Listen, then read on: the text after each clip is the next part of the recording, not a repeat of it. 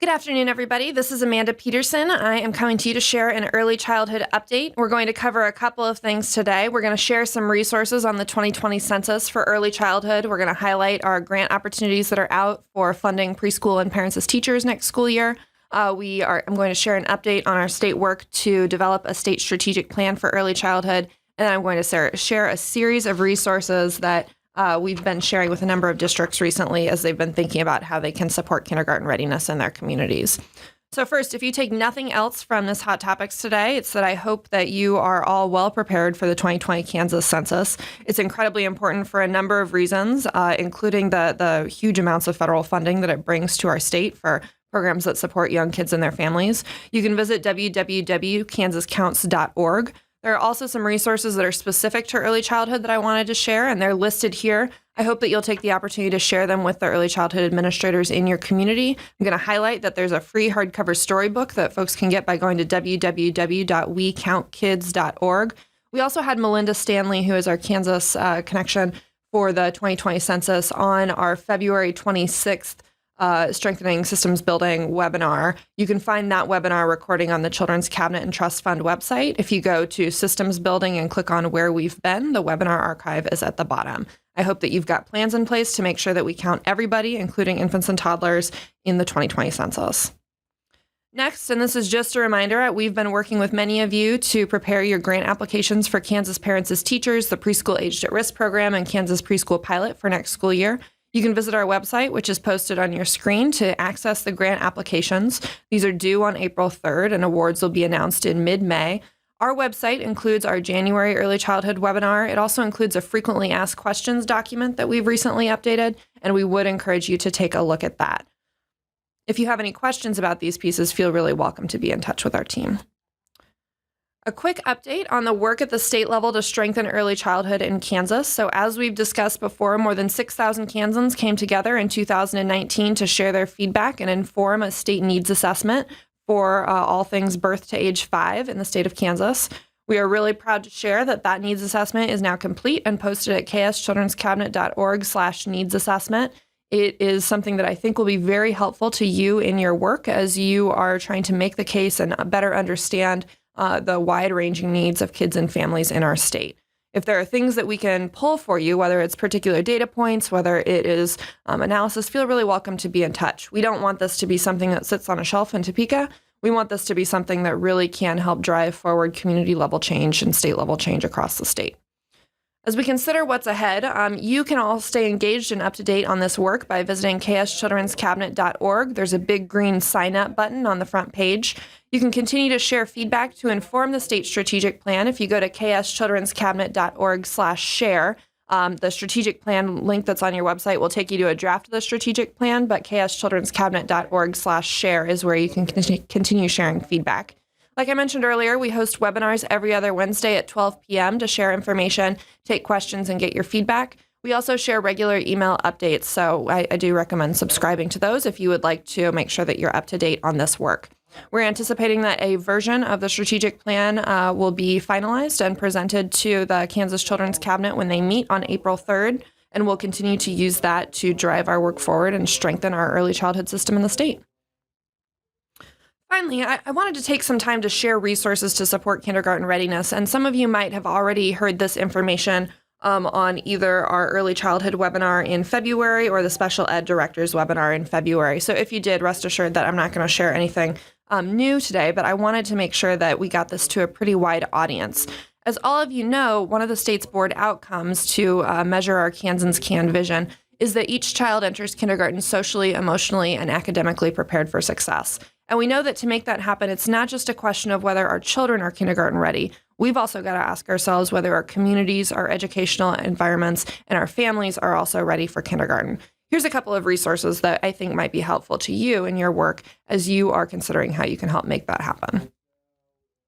What you see on your screen is the Kansas School Readiness Framework, and it's something that we've had in the state for quite some time to be able to lay out what exactly it is that we mean when we're thinking about school readiness.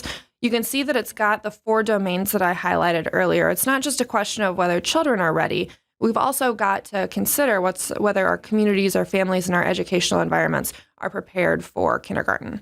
At the bottom, you can see a couple of guiding principles, and I'll highlight one of my favorites is the first. From birth, children are born ready to learn. Parents, families, and caregivers are children's first teachers. There's lots of opportunities for us to be thinking about everything that we're doing from the moment a child is born until the moment that they turn 5, to consider how we can make the most of this really incredible learning opportunity, whether or not children are formally enrolled in programs that are connected to our school systems.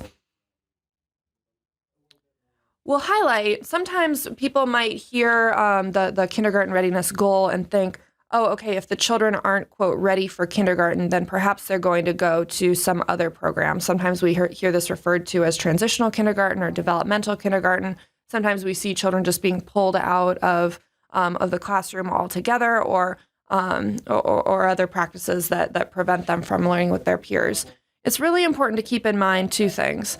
One, the Kansas State Board of Education was really intentional when they created the kindergarten readiness goal, and they included that each student will enter kindergarten at age 5, socially, emotionally, and academically prepared for success. So we know that this is an aspirational goal and one that we'll continue to work for, but the at age 5 is something that is really important to keep in mind as we are thinking about how we achieve this goal. It's not just a question of saying, okay, until the child is, quote, socially, emotionally, and academically prepared for success, they won't be entering kindergarten. It's also helpful to remember that Kansas state statute lays out the eligibility requirements for kindergarten attendance, and the eligibility requirement to attend kindergarten is that a child is 5 years old on or before August 31st of the school year. There's some resources for parents that we want to make sure that you all are quite aware of. Kansas has developed the Kindergarten in Kansas Guide for Families, which is available in both English and Spanish. You can contact the Kansas Parent Information Resource Center for free hard copies available for distribution. And Natalie Schweda works with folks across the state to get really large quantities of these out every year so that people can distribute them to parents in their community. I'll highlight on page 7 some additional language that might be helpful as you're having conversations with parents about this issue. Entering kindergarten is a big milestone. Parents worried that their child may quote, not be ready, but all children are ready to enter kindergarten when they meet the age requirement, which is 5 years old on or before August 31st of their kindergarten year. There's some additional resources that are helpful for teachers and for administrators. The Kansas Pre-Kindergarten Guide and the Kansas Full Day Kindergarten Guide were both developed to help create really high-quality educational environments for kids so that our educational settings, our classes, our classes, our teachers could be ready for kindergarten. You can download these on the early childhood page of the KSDE website, and there are also hard copies of these that you can use and share. So feel welcome to email Natalie Schweda at KPERC, whose email is here on the screen if you'd like copies of those. There's one graphic that appears in both of these that we think is helpful, and it repeats itself, but this is from the Kansas Full Day Kindergarten Guide, and it highlights that there is a transition that occurs not just when a child begins kindergarten, but also through the kindergarten year. So towards the beginning of the school year, the kindergarten classroom should look and feel more like preschool. It should be really rich in child-initiated play, and then as the year progresses, it should continue to remain a playful, joyful space, but it should shift so that by April and May, it looks and feels a bit more like first grade. We've got some resources that can help people as they are considering how they can add and ensure that their kindergarten classrooms are really rich in play, knowing that prepares kids really well to have a developmentally appropriate setting where they can learn best. And we repeat this graphic in the pre-kindergarten guide, similarly to help us think about how we evolve the classroom over the course of the school year so that it's a really developmentally appropriate setting for all children. The Kansas Family Engagement and Partnership Standards for Early Childhood are another resource that you can use. It includes a self-evaluation that I would encourage you to take a look at as you're thinking about what you're doing to help make sure that you're supporting families and building a really strong partnership with families in your community. We updated this in 2019 to add in some practices to help folks be able to see what this looks like in action. And so there are updated copies of these Family Engagement and Partnership Standards for Early Childhood. Again, you can either download those on our website or you can email Natalie Schweda at KPERC for hard copies. There's some additional resources for teachers that we wanted to share as you're considering whether our teachers in schools are kindergarten ready. So we have the Full Day Kindergarten Guide, which I referenced. The National Association for the Education of Young Children, or NACCE, has a complete suite of resources connected to developmentally appropriate practice. And the book Purposeful Play is one that we would recommend. It's something that we've heard a number of districts have used it as a book study, and that's been something that's received some really positive feedback. So I'd encourage you to check it out. This is also a good time to check to see whether expectations align with the Kansas Early Learning Standards as you're considering the expectations that you're setting for children over the course of the kindergarten year.